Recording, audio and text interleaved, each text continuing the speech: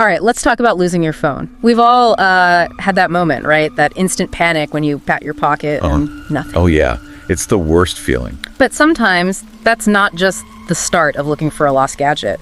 It can actually be, well, the beginning of something genuinely unsettling. So today we're going to share some stories from a source called 5 True Lost Phone Horror Stories. It's actually from a YouTube transcript. We want to unpack what happened, the key events, and just understand the surprising, sometimes really scary situations people ended up in. It's fascinating and kind of chilling how this one little lost item can suddenly, connect you to unexpected dangers. Exactly. You think it's just about the lost tech, but then there's this whole human element, sometimes malicious intent. It adds a whole other layer. Absolutely. These devices are so central, but losing one can make you surprisingly vulnerable. People just trying to get their phone back, or even return one they found, can stumble into really precarious spots. Right. Let's jump into the first story then. This person, they were working in the city, moving around a lot, and somewhere along the way, their iPhone just disappeared. The mystery drop. Could be anywhere. Totally. Got home, searched the car inside and out. Nothing. No clue where it went, just gone. That helpless feeling. What do you even do first? Well, their first move was pretty smart. They went over to a friend's place, Amanda's, nearby. The idea was maybe they could call it and it would ring somewhere close, maybe still in the car. Makes sense. Did it work?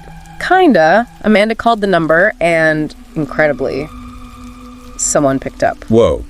Okay, so immediate relief, maybe, but also, who is it? Right, it was a guy. Sounded youngish, not like a teenager though. Said he found the phone right there on the sidewalk and yeah, he wanted to return it. Sounds good so far.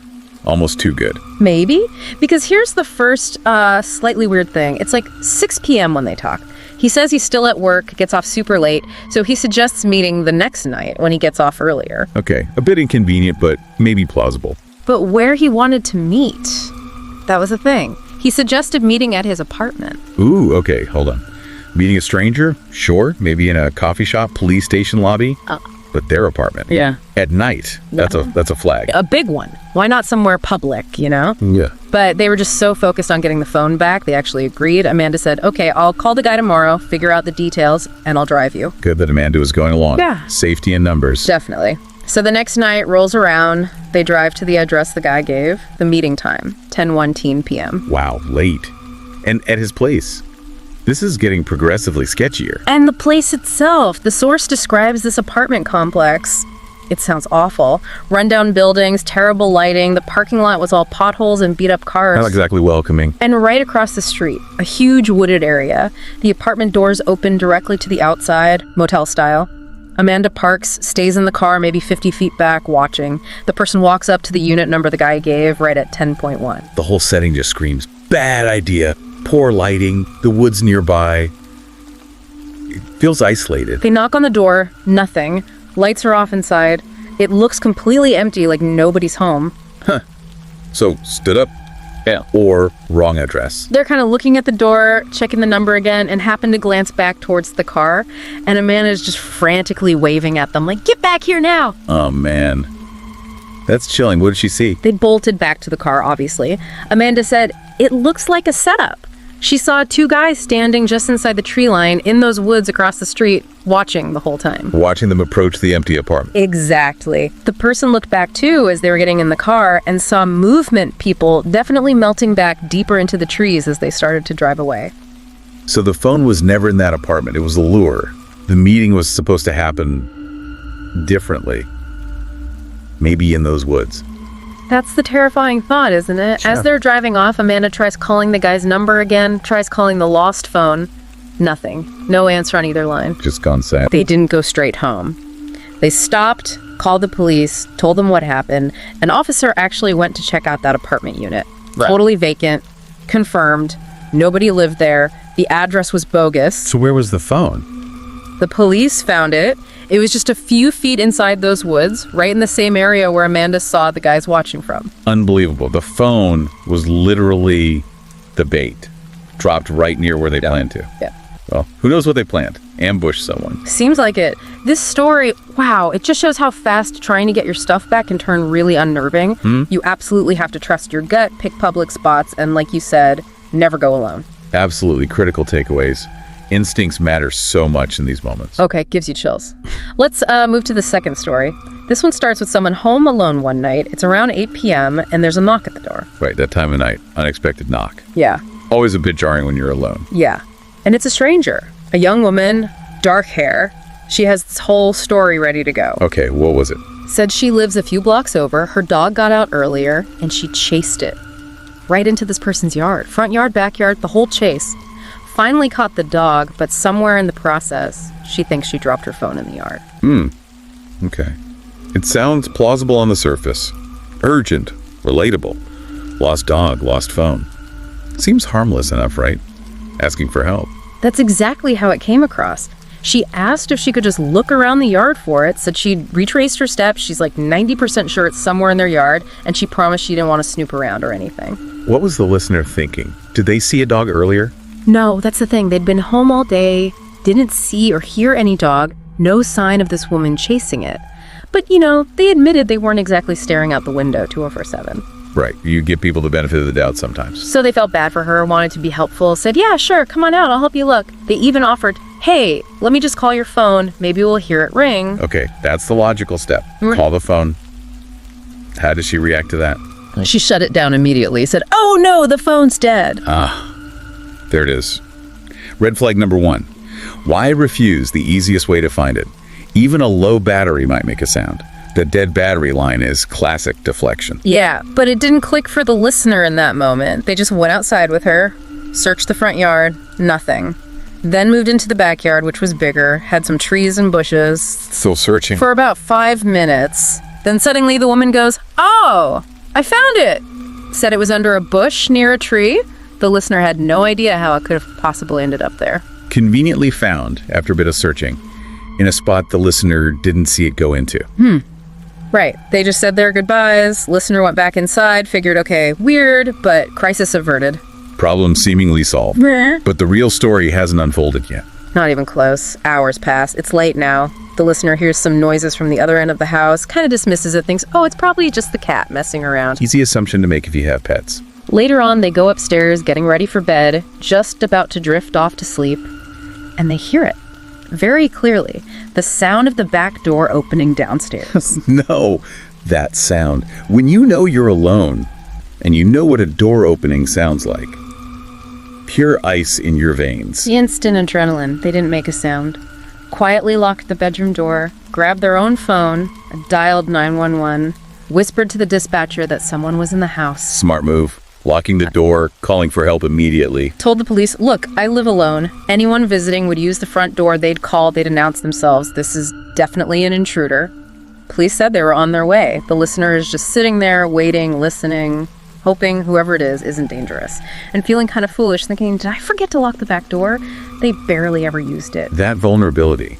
Whether the door was actually left unlocked or forced, it doesn't matter at that point. Yeah. Someone is inside. They listened hard.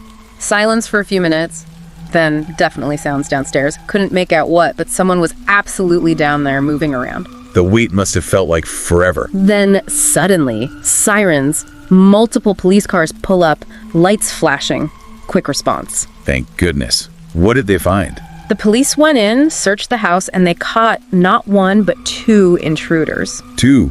Okay, this has to connect back. It does. It was the same woman who'd knocked earlier about the lost phone, and a man the listener had never seen before. The accomplice? Exactly. Both arrested, and get this, they both had backpacks on filled with the listener's belongings. They were actively robbing the place. So the whole lost phone story, Yeah. It was a complete fabrication, a setup. Precisely. The source puts it together. The woman makes up the story to get the listener outside. While they're busy searching the backyard for the non-existent phone, the male accomplice slips in the front door, which must have been unlocked. Ah, the distraction. Classic tactic. He hides inside somewhere. That was the noise the listener thought was the cat earlier. Then later that night, when he figures the listener is asleep, he goes and opens the back door to let the woman back in so they can rob the place together. Wow. That is chillingly well planned. Using a simple, helpful-seeming request to create the perfect opportunity for a break-in. Terrifying. The listener was just glad they hadn't actually fallen asleep. Lucky the police got there so fast and caught them red-handed. It really highlights how careful you need to be about letting strangers onto your property, no matter how innocent their story sounds. that lost phone was just a tool for a much more sinister plan. Seriously makes you think twice. Okay, story 3. This takes us back to 2017. The person involved was a high school senior at the time, lost their phone sometime after school, looked everywhere, backpack, pockets, nothing. Okay, another lost phone. Happens all the time, especially with busy students. Yeah, but here's a crucial detail for this one. The phone had no passcode. They just didn't use one back then, thought it was annoying, didn't really think they'd ever lose it. Oof. In 2017, that's like leaving your front door wide open, especially with banking apps and everything starting to be common. Right. So they go over to their best friend Ben's house, freaking out about the lost phone. Ben gets an idea. Hey, what about the Snapchat map? That feature had just rolled out fairly recently, and the listener did have their location sharing turned on. Ah, okay. So technology to the rescue, maybe. A digital breadcrumb trail. That was the hope. They pull up Ben's Snapchat, look at the map, and there it is. The listener's icon, their Bitmoji, it had moved. It wasn't where they last were. It was now showing up on the next street over, way down at the end, at a specific house. Wow, precise location tracking. Did they recognize the house? Instantly. They knew exactly whose house it was. It belonged to this kid, Preston, who was also a senior in their grade. Okay, so the immediate thought must be Preston found it. Maybe picked it up, took it home, planning to return it. That was the assumption. Seemed logical. So on their way home from Ben's house, they swing by Preston's place, knock on the door, knock again, no answer. Maybe he wasn't home. Or just didn't hear. That's what they figured. So, plan B, catch him at school the next day. They find Preston by his locker, walk up and ask him straight up, "Hey Preston, did you find my phone? Do you have it?" Okay, the direct approach. How did Preston react? Total denial. Acted completely baffled, like, what are you talking about? Said he hadn't found any phone, didn't have it. Even though the map showed it at his house. Exactly. So the listener pushes back, says, "Look, I lost my phone yesterday, and I checked the Snap map with Ben. It showed my phone was at your house last night." Confronting him with the evidence. What did he say then? He doubled down, got really defensive, strongly denied it, said he'd never seen the phone, had no idea what they were talking about, and actually got kind of angry and just walked away. Wow. That level of denial, especially getting angry, that's usually pretty suspicious, isn't it? Makes you think he does have something to hide. Totally. It was so forceful, it actually made the listener doubt themselves for a hot second. Like, wait, maybe the map was wrong. Maybe I messed up. Self-doubt is powerful, especially when someone denies something so vehemently. But they snapped out of it quick, found Ben again, said, "Dude, check the map again right now." Ben pulls it up. And the location is still showing at Preston's house. But it hadn't updated in about an hour. Okay, still there, but not live updating. Maybe the phone was turned off or lost signal inside. Could be. Ben was smart, though he took screenshots right then and there, showing the location pin at Preston's house. The listener tried to find Preston again after that, but couldn't. Wasn't at his locker. They didn't have classes together right then. Felt like he was maybe avoiding them. Probably realized they had proof. Seems like it, because later that same school day, they checked the map with Ben again, and this time, the listener's icon is completely gone, off the map entirely. So location turned off. Or maybe the phone itself turned off. Either way, someone deliberately stopped the tracking. That's what it looked like. They knew Preston had done it. They felt so frustrated, like he's totally getting away with this, but what could they do? No hard proof beyond the screenshots, which he could just deny. A really tough spot. Yeah. You know, but you can't definitively prove it. But then, the story takes another weird turn. The next day, after school, the listener is just walking across their own front yard, and they see something on the grass. Don't tell me. Yep, it was their phone, just lying there in their own yard. No way. It definitely wasn't there before. Absolutely not. They would have seen it coming and going. They knew instantly Preston must have ditched it there, planted it sometime after school started, or maybe early that morning. Trying to cover his tracks, make it look like it was there all along. Exactly. They picked up the phone. First thing they checked. Yep. Snapchat location services had been turned off. They definitely didn't do that. Confirmation he was messing with the settings. But then they noticed something else, something even more unsettling. Their banking app was open on the phone's screen. Just sitting there, open. Whoa. Okay, so it wasn't just about having the phone. They hadn't used that app in weeks. They quickly checked their balance. They had about $300 in there. Thankfully, it was all still there. Whew.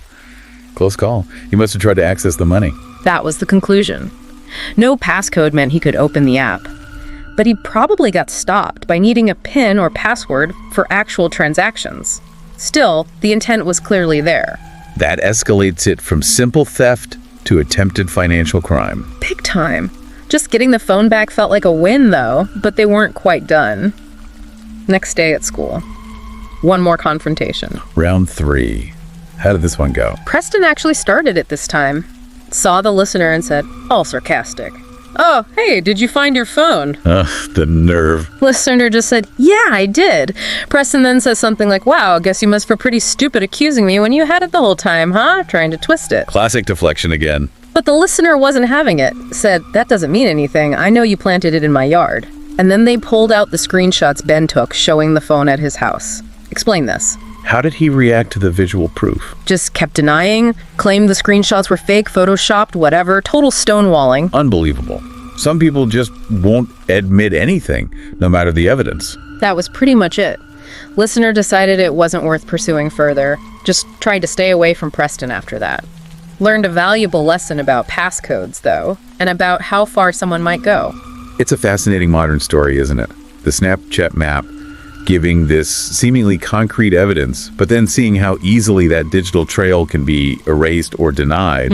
And yeah, the escalation from just taking the phone to trying to access bank accounts, that's scary. The frustration of knowing the truth, but facing denial is really something. Absolutely. Okay, let's move to story number 4.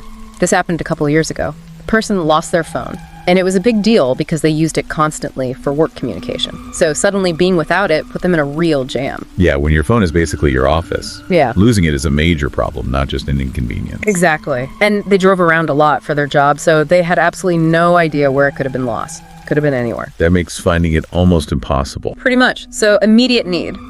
Communication. They went out and bought a super cheap basic phone, just talk and text to tide them over for a few days while they figured out a replacement. Smart temporary fix. What about a permanent one? They decided to look for a used iPhone, maybe save some money. Started scrolling through Facebook Marketplace. Okay, common place to look. Also, unfortunately, a common place for stolen stuff to surface. You nailed it. Because the very next day after losing their phone, they see a listing on Marketplace for an iPhone that looks exactly like the one they lost. No way, just like that. Just like that. The listing description was something like, "Jailbroken iPhone for sale, works good." Price seemed reasonable. Posted just that morning. Jailbroken can sometimes be a slight flag, but not always. What made them so sure it was theirs? The clincher. It had the exact same crack on the screen in the exact same spot as their lost phone. One of those unique, jagged cracks you'd recognize anywhere. They were 100% certain. Okay, yeah, that's undeniable proof, like a fingerprint on the phone. Seeing your own unique damage pattern. Wow, what did they do? Instantly messaged the seller. Guy's profile name is Joe. Listener just sent a message saying basically, "Hey, I'm pretty sure that's my phone you're selling. I lost it yesterday." Straightforward.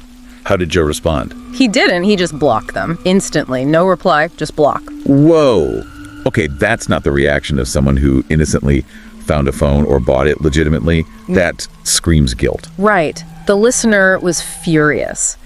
But they didn't just give up. They thought fast, called a friend, David, explained the situation. Good idea. Get back up. Make a plan. What was the plan? Clever one. They told David, "Okay, wait a little bit. Then you message Joe from your account. Act totally interested in buying that iPhone." Ah, the sting operation. Pretty much. David plays along, messages Joe, arranges a meetup for the next day to buy the phone. Okay, setting the trap. Did they involve anyone else? Yes, and this was the crucial part. The listener called the police, explained the whole situation, lost phone, marketplace listing, the crack, the seller blocking them, the friend setting up a buy. And they asked the police if they could be there for the meetup. Excellent move. Getting law enforcement involved for safety and to handle the actual recovery and potential charges. So the meetup happens. David is there, Joe is there, and the police are there too, ready to step in. Cops start talking to Joe. How did Joe explain having the phone? His first story. Claimed the phone was his, said a friend had given it to him. Trying to create distance, plausible deniability. But Joe made a huge mistake, a really basic one when you're trying to sell a potentially stolen smartphone. He hadn't wiped it. Oh, rookie mistake. Still logged in. Yep, still connected directly to the original listener's iCloud account. Game over. That iCloud lock is basically digital proof of ownership. You can't argue with that. Exactly. As soon as the police pointed out the iCloud connection, Joe's story crumbled. He immediately backtracked.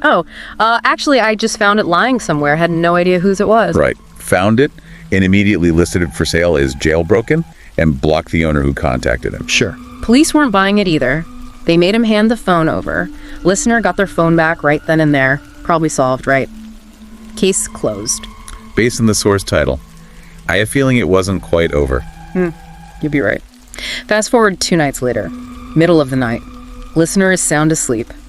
Woken up by the unmistakable sound of glass shattering. Oh my God, no. Total confusion at first, then realization. Someone's breaking in? Heart pounding, jumps out of bed, runs to grab their firearm. They were a licensed owner. Moves cautiously into the hallway. Adrenaline must be surging. House is dark. Glass broken. Hallway is dead silent. They move towards the end of the hall near where the sound came from and call out, announce they're armed. Letting any potential intruder know they're prepared to defend themselves. No response from inside the house, but just then, they hear it at the car outside, tires screeching as it speeds away into the distance. So whoever it was, they likely fled as soon as they realized someone was awake and potentially armed. Seems that way. Listener goes to the front of the house, finds the main living room window completely smashed in, broken glass everywhere. But nobody's inside. They were gone. Retaliation. It has to be connected to the phone incident. That was the listener's immediate thought, too. After the shock wore off, they put 2 and 2 together. It had to be Joe, getting revenge for being caught and forced to return the phone. That is terrifying. Yeah. Did they call the police again? They did. Police came, investigated the broken window, took a report. But there was no proof it was Joe. No witnesses saw the car clearly. No security cameras caught anything. So legally, nothing could be done to connect Joe to the vandalism. Nope. Joe basically got away with the retaliation. Insurance ended up covering the window replacement. The listener figures Joe must have just driven by, maybe used a baseball bat or something to smash the window from outside, then took off. And the unsettling part, how did Joe even know where the listener lived? That's the question that lingered. Did Joe maybe follow them home from the police-supervised meetup? Or somehow find their address through Facebook or some other means? They never found out. Never saw Joe again after that. Wow. That really shows how, even when you do things the right way involving police, recovering stolen property, it can sometimes escalate in unexpected and dangerous ways. Confronting someone, even indirectly through a marketplace, carries risks. And the idea that they could find out where you live, that's a deeply unsettling. Definitely makes you think about privacy. Okay, last story, number 5. This one starts simply enough. Someone's walking back to their car one night. It's parked on the side of the road. And they spot something on the curb kind of tucked underneath the car. Okay, what did they find? An old cell phone. Looked pretty ancient, actually. Maybe 10, 15 years old. Like an old flip phone or something basic. Not something you see every day. Right. It was late. Nobody else was around. No other cars nearby. Seemed obvious. Someone must have just dropped it getting in or out of a car earlier. So the classic dilemma. What do? Leave it. Try to find the owner. Exactly. They picked it up, thought, well, some people still use these old phones. Debated just leaving it propped up against a tree nearby, hoping the owner might retrace their steps. Or maybe take it home, see if they could figure out who it belonged to from contacts or something. Makes sense. Trying to do the right thing. But while they're standing there holding this old phone, debating what to do, it starts ringing. Whoa. Okay. Talk about timing right after they pick it up. That feels convenient, almost too convenient maybe. Doesn't. So naturally they answer it. A man's voice just says, hello. Okay. Listener says, hi, who's calling? The voice on the other end sounds kind of confused, asks back, who is this? Like he wasn't expecting someone else to answer. Right. So the listener explains, hey, I just found this phone on the ground right here by my car on the street. The voice then says, oh, okay, that phone belongs to my friend Vern. Ah, okay. So, ostensibly the owner's friend calling. Seemed like it. Listener asks, okay, well, how can I get it back to him, to Vern? And this is where it gets really, really weird. How so? The man on the phone doesn't ask questions. He doesn't say, oh, let me call Vern and figure something out. Instead, he just tells the listener what's going to happen. He says, Vern will meet you after his job tomorrow night, 9 p.m. at specific name park, and then he just hangs up. He just dictated the terms, didn't ask if 9 p.m. worked, didn't ask if the park was convenient, just stated the plan and hung up. Exactly. No, is that okay? No, thanks for finding it. Just boom. Time, place, hang up. Okay, that is not normal. that's not how someone grateful for finding a lost phone behaves. Yeah. That sounds prescriptive, like instructions for something already planned. Huge red flag. That's exactly what the listener felt after the call ended. They took the phone, went home, but the whole interaction felt incredibly off. Like, how did that caller know exactly when and where Vern would supposedly be available the next night? Why wouldn't he need to check first? Why just dictate the terms and bail? The whole thing smells fishy, like the call itself was part of a setup. Right. Immediate suspicion kicked in. This doesn't feel right. But then there was that sense of obligation again. Well, I have Vern's phone. I can't just keep it. I guess I have to go. That conflict again. Suspicion versus wanting to do the right thing. It's a tough spot. No more calls came in on the old phone that night or the entire next day. Silence. Listener tried to look through the phone, maybe find a mom or home contact to call someone else, but the phone was locked. Couldn't access anything. So no way to verify anything or contact anyone else associated with the phone, just stuck with the weird instructions from the one call? Pretty much. So the next night, despite a growing bad feeling, they decided to go. Drove to the park the caller had named. The listener had never even been to this particular park before. What was it like when they got there? Sketchy. Really sketchy. Small parking lot, barely any lights, felt very isolated, and there was only one other vehicle in the entire lot. Uh-oh. What kind of vehicle? An old white SUV. Looked like maybe a late 90s Chevy Suburban or something similar, parked way over in a corner of the dark lot. This setting just confirms the bad vibes. Dark park. Only one other mysterious vehicle. Listener pulled in right around 9 p.m., the exact time they were told. Saw the SUV. Figured, okay, that's probably Vern waiting, but they couldn't see inside it at all. Windows seemed dark or tinted, and they just got this terrible feeling about that SUV, just pure gut instinct screaming, danger. Listen to that feeling. Always listen to that feeling. What did they decide to do? They made a split-second decision right there. Based purely on that awful gut feeling, they decided, I am not getting out of my car. I am not walking over to that SUV. Smart. Very smart.